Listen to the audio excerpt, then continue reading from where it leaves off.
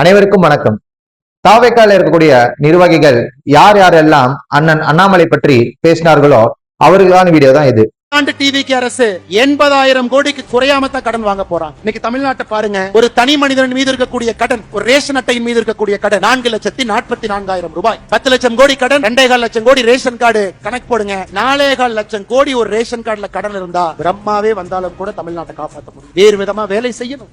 கடங்கார மாநிலமாக இந்த ஆண்டு டிவிக்கு அரசு, நான் சொல்ற எழுதி வச்சுக்கங்க, 85,000 கோடிக்கு குறையாமத்தான் கடன் வாங்க போறாங்க. நான் சொல்றது நீங்க அடுத்த ஆண்டு டிவிக்கு அரசு 80,000 கோடிக்கு குறையாமத்தான் கடன் வாங்க போறாங்க. டிவிக்கு அரசு முடியும் பொழுது கடன் 14 லட்சம் 15 லட்சம் கோடி இருக்கத்தான் போகுது. ஜூலை 12 பொள்ளாச்சி மாநாட்டுல அண்ணாமலை அண்ணன் சொன்ன விஷயங்கள், இந்த வருஷம் மட்டும் இந்த அரசு 85,000 கோடி கடன் வாங்குவாங்க, அடுத்த வருஷம் 80,000 கோடி கடன் வாங்குவாங்க.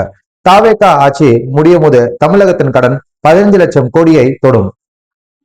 ஒரு ரேஷன் கார்டுக்கு மேல 4.25 லட்சம் ரூபாய் கோடி கடன் இருக்கும்னு அண்ணாமலை அண்ணன் அவர்கள் புள்ளி விவரத்தோட சொல்லியிருக்காரு. மக்களே, இப்போ சிந்திக்க வேண்டிய விஷயம் பாத்தீங்கன்னா, தாவேக்கால் இருக்கக்கூடிய சில அறிவாளிகள் என்ன சொல்றாங்கன்னா, எங்க தளபதி வந்தா தமிழ்நாட்டோட கடனை அடிச்சிருவாருன்னா, நாட்டோட கடன் அடிச்சிருவாரு ஒரே சினிமா டைலாக்கா விடுறாங்க. இதை கேட்கும் போது காதெல்லாம் ரொம்ப புளிச்சு போகுது. இப்ப என்ன ஆச்சு?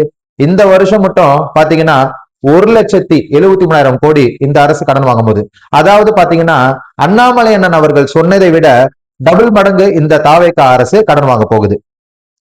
இதே நிலைமை நீடிச்சா 2031 தமிழகத்தோட கடன் 18 லட்சம் கோடி ஆகும்.